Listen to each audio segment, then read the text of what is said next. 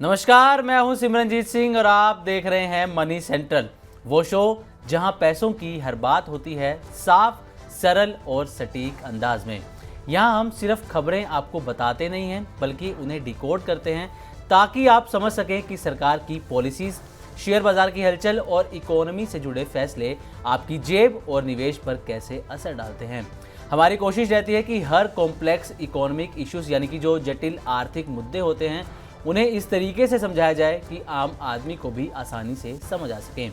तो चलिए आज के एपिसोड की शुरुआत करते हैं कुछ बड़ी और असरदार खबरों के साथ जो आपके लिए जानना बेहद ज़रूरी हैं।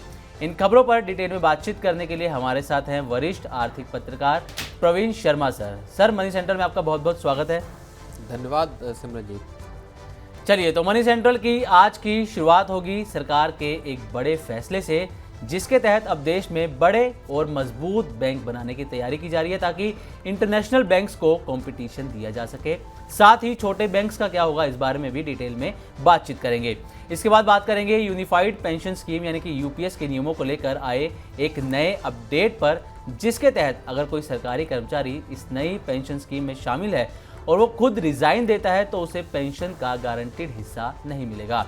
और आखिर में बात करेंगे जल्द ही महंगे होने वाले रिचार्ज प्लान्स की। दरअसल टेलीकॉम कंपनियां जैसे कि जियो, एयरटेल और वोडाफोन आइडिया जल्द ही अपने मोबाइल प्लान्स महंगे करने की तैयारी में हैं, जिसके यूजर्स की जेब पर जिसका एक्स्ट्रा बर्डन एक पड़ता हुआ नजर आएगा। तो चलिए शुरुआत करते हैं आज के शो की। और पहली खबर, बड़ी खबर यहाँ पर होने वाली है। दरअसल सरकार अब देश में बड़े और मजबूत बैंक बनाने की तैयारी में है। फाइनेंस मिनिस्टर निर्मला सीतारमण ने कहा है कि सरकार आरबीआई और बैंकों के साथ मिलकर इस दिशा में काम कर रही है। भारतीय अर्थव्यवस्था तेजी से बढ़ रही है, इसलिए अब ऐसे बड़े बैंक चाहिए जो ज्यादा लोन दे सकें और इंटरनेशनल बैंक्स को कंपटीशन भी दे सकें। फाइनेंस मिनिस्टर ने कहा है कि सिर्फ बैंकों का मर्जर ही काफी नहीं होगा, बल्कि ऐसा माहौल और स्ट्रक्चर बनाना जरूरी है जिससे बैंक खुद भी तेजी से आगे बढ़ें और मजबूत भी बने। फिलहाल इस पर शुरुआती चर्चा चल रही है और अभी कोई अंतिम फैसला इसमें नहीं हुआ है। यानी कि कुल मिलाकर देखा जाए तो सरकार चाहती है कि भारत में कुछ ऐसे बैंक तैयार हो जाएं जो दुनिया के टॉप बैंक्स की लिस्ट में शामिल हो सकें। तो प्रवीण सर, सबसे पहले तो आपसे ये जानना चाहूँगा कि सरकार का जो ये फैसला है बड़े बैंक बनाने का, जो ग्लोबल लेवल पर, इंटरनेशनल लेवल पर बैंकों को कंपटीशन दे सकें, इनका फैसला कैसा है? और दूसरा, क्या यहाँ से पब्लिक सेक्टर बैंक्स का जो मर्जर की एक वेव है, क्या वो दोबारा से यहाँ पर शुरू होती हुई नजर आएगी? नहीं, बिल्कुल। देखिए, बैंकों के कंसोलिडेशन का सिलसिला तो पुराना है, उसमें वक्त हो गया। आप समझिए कि लगभग 5 साल पहले अगर आप देखेंगे तो सरकारी बैंकों की तादाद जो है वो 27 के लगभग थी और सरकार ने धीरे धीरे उनको कंसोलिडेट करके, मर्जर करके अब वो बैंकों की, सरकारी बैंकों की जो संख्या है वो 12 पे पहुंच गई है। तो सरकारी जो बैंकिंग सेक्टर है उसको रिवैम्प करने की, उसके टर्नअराउंड की जो मुहिम है, दरअसल सिमरनजीत, वो पिछले 10-12 साल से चल रही है जी। 2014 के अगर आप हालात को देखेंगे तो उस वक्त देश का पूरा बैंकिंग सेक्टर एक बड़े एनपीए की क्राइसिस से, कैपिटल की कमी से, बैंकों को पूंजी बैंकों के पास नहीं थी जी। इस तरह के बैंकिंग सेक्टर हालात से गुजर रहा था। ऊंचे एनपीए थे, डिफॉल्ट हो रहे थे। उसके बाद से यहाँ तक की एक बड़ी लंबा सफ़र तय किया, जहाँ अब आप अगर देखेंगे तो सरकारी बैंकों का परफॉर्मेंस सुधरा है।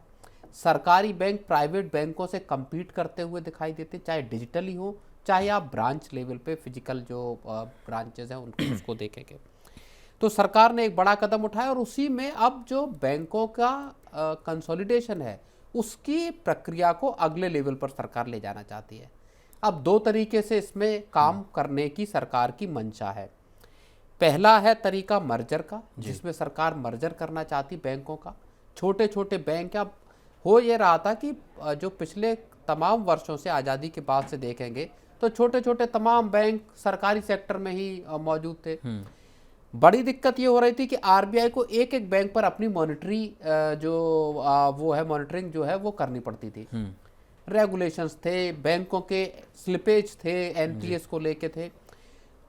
ये जो फैसला है जिसमें छोटे बैंकों को मिला के बड़ा बैंक बनाना, या जो बैंक मौजूद है सरकारी बैंक, उसमें प्राइवेट इक्विटी लेकर आना, यानी बैंकों का प्राइवेटाइजेशन करना। तो सरकार के पास दो तरीके हैं, इन दोनों तरीकों का सरकार इस्तेमाल कर रही है। जैसे आप आईडीबीआई का देख लीजिए, सरकार वहां पे डिसइन्वेस्टमेंट कर रही है, प्राइवेटाइजेशन कर रही है।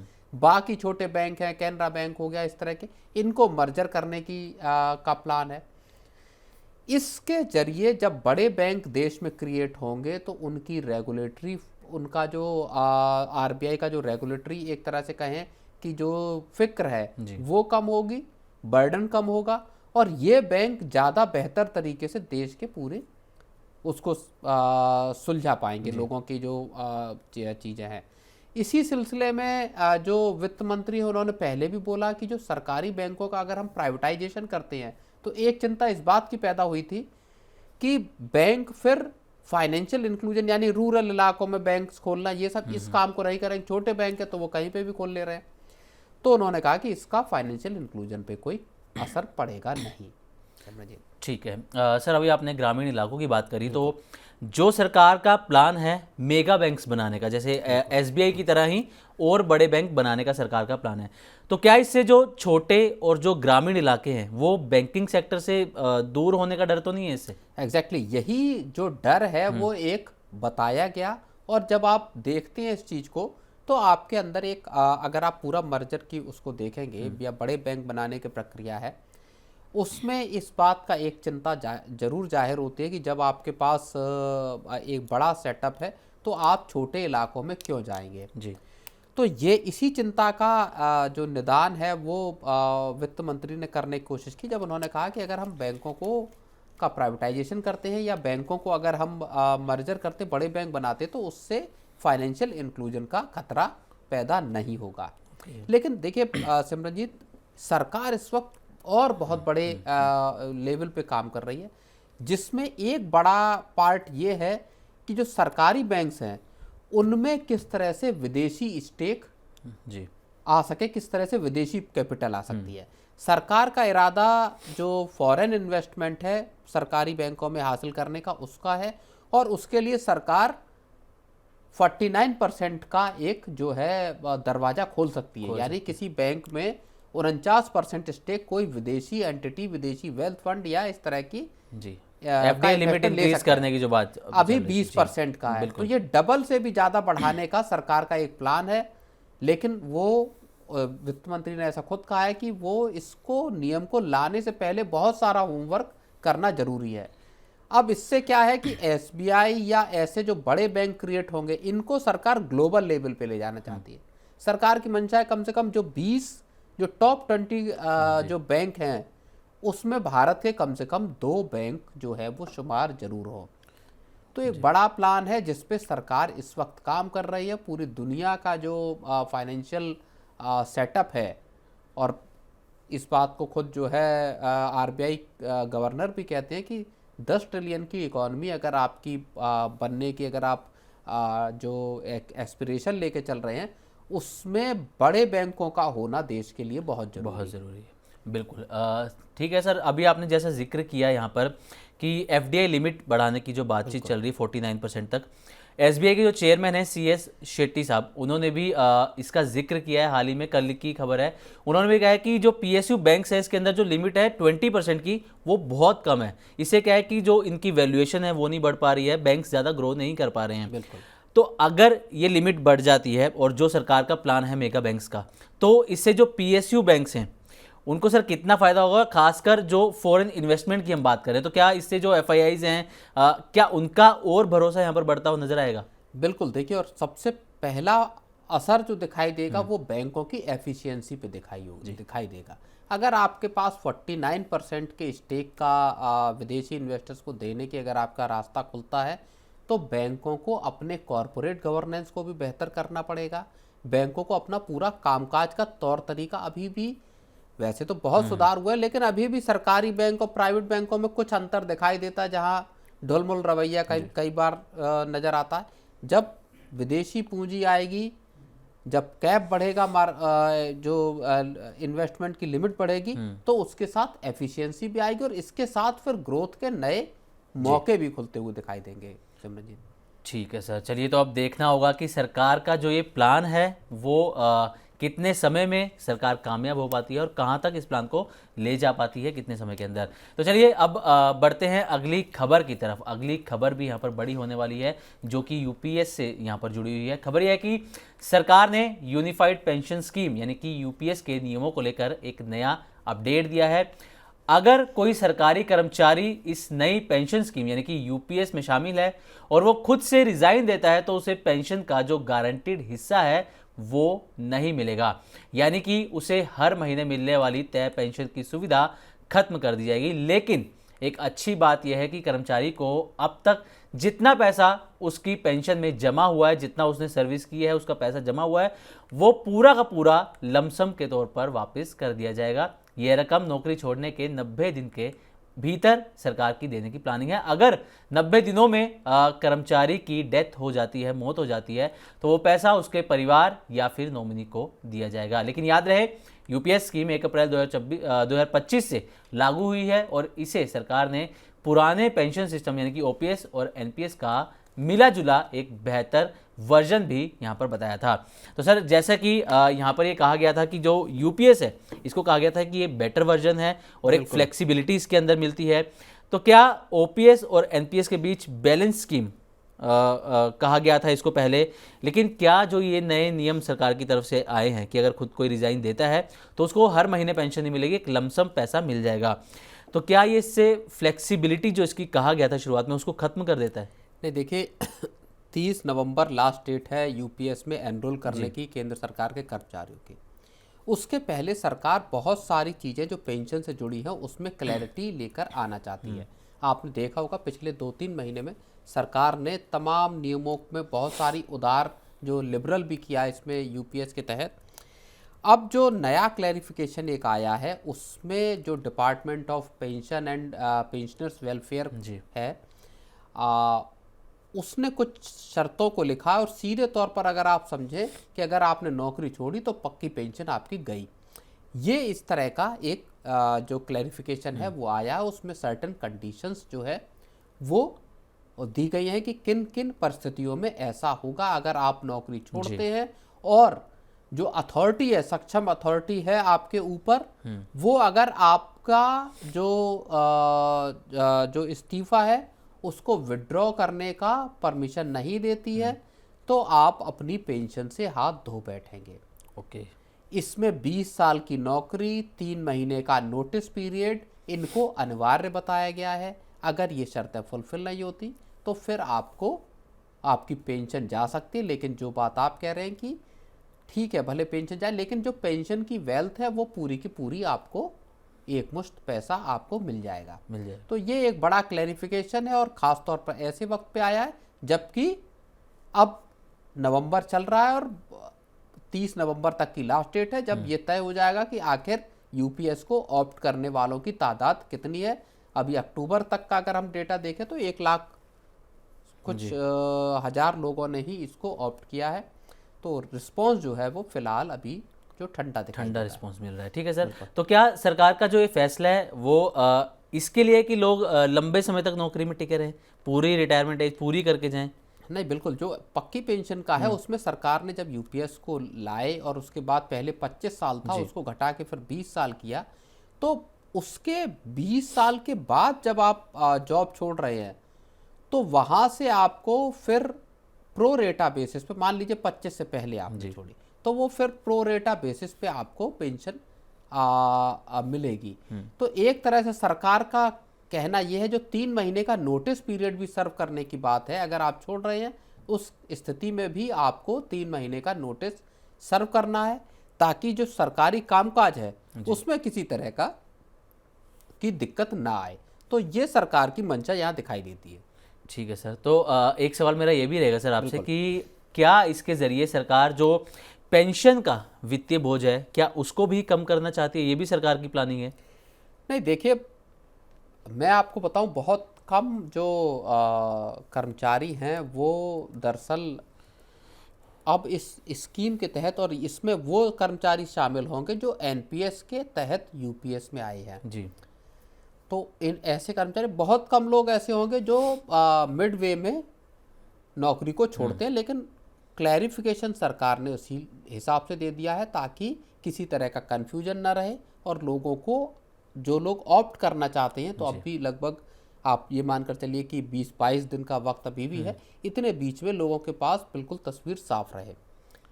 हालांकि मसला दरअसल वही है कि तमाम जो सरकार की कोशिशें हैं उसके बावजूद एक तो फैक्टर ये है कि बहुत ज़्यादा सक्सेसफुल होती हुई यूनिफाइड पेंशन स्कीम दिखाई नहीं दे रही।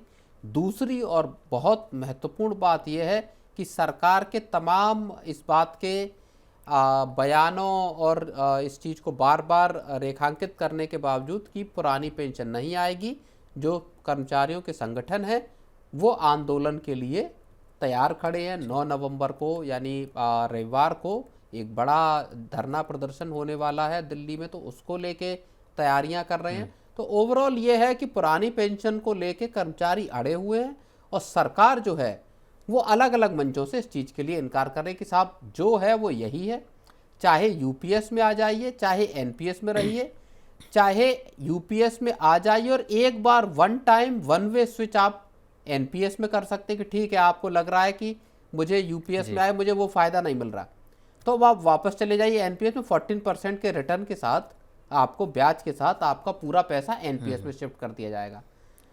लेकिन सरकार साफ तौर पे ये कह रही है कि पुरानी पेंशन लाने का हमारा कोई इरादा नहीं, क्योंकि उसके जो फाइनेंशियल बर्डन होंगे वो बहुत लंबे होने वाले हैं, तो सरकार उसको लेकर आने के मूड में है नहीं। ठीक है, तो कर्मचारी पुरानी पेंशन की मांग पर अड़े हैं, जबकि सरकार इस बात से साफ इनकार कर रही है। सरकार चाहती है कि यूपीएस के अंदर ज़्यादा से ज़्यादा लोग आएँ और 30 नवंबर तक का, जैसा कि अभी प्रवीण सर ने भी जिक्र किया, 30 नवंबर तक का यहाँ पर समय है और देखना होगा कि कितने कर्मचारी इसे ऑप्ट करते हैं 30 नवंबर तक। तो चलिए अब बढ़ते हैं अपनी अगली खबर की तरफ, जो कि टेलीकॉम सेक्टर से जुड़ी हुई है और सीधे आपकी जेब से जुड़ी है। दरअसल टेलीकॉम कंपनी जैसे कि जियो, एयरटेल और वोडाफोन आइडिया जल्द ही अपने मोबाइल प्लान्स महंगे करने की तैयारी में हैं। कई मीडिया रिपोर्ट्स के मुताबिक ये कंपनियां अगले कुछ हफ्तों में अपने प्लान्स की कीमतों में 8 से 10% तक बढ़ोतरी कर सकती हैं। इन कंपनियों का कहना है कि डेटा और नेटवर्क खर्च जो है वो लगातार बढ़ता जा रहा है, जबकि मौजूदा टैरिफ से उतनी कमाई यहाँ पर होती हुई नज़र नहीं आ रही है। ऐसे में रेवेन्यू बढ़ाने और 5G जैसी टेक्निक में निवेश करने के लिए प्लान्स महंगे करना ज़रूरी हो गया है, ऐसा कंपनीज का कहना है। रिपोर्ट्स के मुताबिक ये बढ़ोतरी इस साल के अंत तक या फिर अगले साल की शुरुआत में हो सकती है। आपको बता दें कि इससे पहले जुलाई 2024 में भी टेलीकॉम कंपनीज ने 25% तक यहाँ पर टैरिफ हाइक किया था, लेकिन अब एक और बार ये बढ़ोतरी की तैयारी यहाँ पर कंपनीज की दिख रही है। उसका सीधा असर आम यूजर्स पर पड़ता हुआ नजर आएगा, यानी कि रिचार्ज प्लान्स महंगे हो जाएंगे और हर महीने मोबाइल खर्च थोड़ा सा आपका बढ़ सकता है। तो प्रवीण सर, जैसा कि कंपनीज की तरफ से कहा जा रहा है कि जो इनकी 5G नेटवर्क है और जो इनकी टेक्निक है उस पर ज़्यादा पैसा इनका खर्च हो रहा है, तो क्या वाकई इनका ये दावा सही है या फिर ये अपना मुनाफा बढ़ाने के लिए कंपनियां रिचार्ज प्लान्स महंगे कर रही हैं? नहीं, दोनों ही बातें यहाँ पे सही हैं। पहली बात प्रॉफिटेबिलिटी की है। कंपनियां अब चूंकि एक तरह से अगर आप टेलीकॉम मार्केट को देखेंगे तो बहुत ज़्यादा अब यहाँ पे चर्निंग आपको नज़र नहीं आएगी। मार्केट बहुत हद तक स्टेबल होता हुआ दिखाई दे रहा है। 140 करोड़ की आबादी है, बड़े पैमाने पे मोबाइल फ़ोन यूजर हैं और उससे भी ज़्यादा जो है वो डेटा कंजम्पशन का मामला है जी। तो ऐसी स्थिति में कंपनियां प्रॉफिटेबिलिटी भी बढ़ाना चाहती हैं। दूसरी तरफ कंपनियों को 5G के और उसके बाद अब 6G को लाने की तैयारी चल रही हैं, तो इस पे कंपनियों को खर्च जो है वो भी करना पड़ रहा है। बिल्कुल। तीसरा बड़ा खर्च कंपनियों के सामने मौजूद है सरकार के AGR का या दूसरे सरकार को जो रेवेन्यू देना है उसका। तो इन सब चीज़ों को सोच के अब इसका बोझ जाएगा कहाँ? तो बोझ जाएगा आम लोगों पे। और कंपनियों ने एक बार फिर से, जो टेलीकॉम कंपनियां हैं, मोबाइल कंपनियां, उन्होंने एक बार फिर से इस बात की कमर कस ली है कि अब साहब जो है वो दिसंबर में, कुछ अलग अलग आंकड़े हैं, अलग अलग हैं। कुछ एनालिस्ट कह रहे हैं कि दिसंबर से लेके अगले साल का जो फर्स्ट क्वार्टर है वहाँ तक बढ़ सकते हैं 10% का। कुछ रिपोर्ट्स में कहा जा रहा है कि इसी साल दिसंबर में हो जाएगा। एक रिपोर्ट में ये कहा गया JP मॉर्गन में कि जो अगले साल जब जियो का IPO आएगा उससे पहले 15% का हाइक हो सकता है, इसके बाद जो है वो बढ़ाए जाएंगे। लेकिन ओवरऑल मसला ये है सिमरनजीत कि लोगों की जेब पर एक बार फिर से खर्च बढ़ने वाला है, और ऐसा तब हो रहा है जबकि कुछ महीने पहले ही जो मोबाइल कंपनियां हैं इन्होंने अपने बेस प्लान जो हैं उनको महंगा कर दिया था, या बेस प्लान जो खत्म कर दिए थे और सीधे सीधे बड़े प्लान छोड़ दिए थे। ठीक है। प्रवीण सर, आपसे ही जानना चाहेंगे, अभी आपने भी जिक्र किया था कि जो मोबाइल यूज़र्स हैं उनका खर्चा बढ़ जाएगा, तो अगर 8 से 10% का यहाँ पर एक टैरिफ हाइक होता है 8 से 10% का, तो आपको क्या लगता है सर कि हर महीने कितना एक्स्ट्रा बर्डन एक यूज़र पर पड़ता हुआ नज़र आएगा सर? देखिए सिमरनजीत, जहाँ तक आपका सवाल ये है कि इस हाइक के बाद किराए कितने बढ़ेंगे, तो आप इसका अंदाज़ा ऐसे लगाइए कि अब लगभग जो सब सारी कंपनियां हैं उनके बेस प्लान तकरीबन 300 रुपये के आसपास पहुंच गए, 299। अब इसमें अगर आप 10% का इजाफा अगर जोड़ लेते हैं तो 30 रुपये के आसपास बढ़ने वाले हैं, यानी अगला प्लान अब 330 रुपये या 340 रुपये इस तरह का हो सकता है। और बड़ी मुसीबत आम जो लोग हैं जिनके घर पे 1, 2 या 3 फ़ोन हैं, गरीब जो परिवार हैं, उनके ऊपर खर्चा यहाँ पे बैठता हुआ यहाँ पे दिखाई देता है। ठीक है सर। चलिए सर, प्लान्स हाइक की यहाँ पर बात हो रही है तो हम वोडाफोन आइडिया को यहाँ दरकिनार नहीं कर सकते सर, उसके बारे में बात करना ज़रूरी है, क्योंकि अगर ये प्लान हाइक होते हैं, अब सवाल ये है कि सर वोडाफोन आइडिया ना दोनों तरफ से फंसती हुई नज़र आ रही है कि प्लान्स अगर हाइक होते हैं, रिचार्ज प्लान महंगे होते हैं तो कंपनी को फ़ायदा हो सकता है, ठीक है, फाइनेंशियली अगर देखें तो। लेकिन एक डर ये भी है सर कि जो ग्राहक है, जो इसके यूज़र्स हैं, क्या वो फिर इसको छोड़ के दूसरी कंपनियों की तरफ नहीं जाएंगे? क्योंकि अगर कोई पैसा खर्च कर रहा है तो वो चाहेगा कि मेरे को बेटर सर्विसेज मिलें, जबकि वोडाफोन आइडिया की तो 4G भी अभी कोई इतने अच्छे स्केल पर है नहीं अगर भारत में देखें तो, जबकि जियो और एयरटेल जैसी कंपनियाँ हैं 5G भी अब वो 6G लाने की प्लानिंग कर रही हैं। तो क्या इससे वोडाफोन आइडिया को कहीं ना कहीं राहत मिलती हुई नज़र आ रही है आपको? नहीं, देखिए वोडाफोन आइडिया को राहत मिले या ना मिले, लेकिन एक बार जब टैरिफ हाइक होगा तो तीनों कंपनियां एक साथ टैरिफ बढ़ाएंगी। ऐलान कोई एक पहले करेगा, मान लीजिए जियो ने पहले किया, उसके बाद एयरटेल और वोडाफोन करेंगे, या एयरटेल पहले करे और फिर जियो और वोडाफोन आइडिया करेंगे। इर्रेस्पेक्टिव ऑफ क्या चीज़ें होंगी, किराए तीनों कंपनियां बढ़ाएंगी। ऐसा पहले भी हमने देखा। वोडाफोन आइडिया को अब राहत मिलने की उम्मीद दिखाई दे रही है, ये चीज़ें नज़र आ रही हैं, क्योंकि सुप्रीम कोर्ट ने एक बड़ा फैसला यहाँ पे दिया है। अब अगर आप आरपू की बात करेंगे कि भाई किसको कितना है, तो आप समझिए कि जियो का जो है वो आरपू यानी पर यूजर जो रेवेन्यू एक टेलीकॉम ऑपरेटर को मिलता है वो 211 रुपये के थोड़ा ऊपर है, और पहले ये 208 रुपये था। एयरटेल के पास ये इस मामले में सबसे ज़्यादा एज है, लगभग 255 रुपये के आसपास है। और अगर आप वोडाफोन आइडिया को देखेंगे तो 170-175 रुपये के आसपास वोडाफोन आइडिया का आरपू है। तो वोडाफोन आइडिया को यहाँ से एक लंबा सफ़र तय करना, अपना आरपू ऊपर लेके जाने में, और उसके लिए उसे भी जो हाइक है उसको करने की ज़रूरत पड़ने वाली है। ठीक है सर, चलिए तो अब देखना यही होगा कि कब तक ये कंपनियां अपने रिचार्ज प्लान्स महंगे करती हैं, कितने महंगे करती हैं ये भी देखना होगा, क्योंकि मीडिया रिपोर्ट्स में तो 8 से 10% की हाइक का जिक्र किया जा रहा है, किसी किसी में 15% की हाइक का भी यहाँ पर जिक्र किया जा रहा है, और उससे जो आम यूज़र्स हैं उन पर कितना असर होगा ये भी देखने वाली बात होगी। तो वक्त हो गया है अब विदा लेने का। आपका बहुत बहुत शुक्रिया प्रवीण सर, अपना कीमती समय निकालकर तमाम मुद्दों पर विस्तार से चर्चा करने के लिए। आज के मनी सेंटर में बस इतना ही। देश, दुनिया और बिजनेस जगत से जुड़ी ताज़ा तरीन खबरों के लिए बने रहिए हमारे साथ और देखते रहिए मनी 9।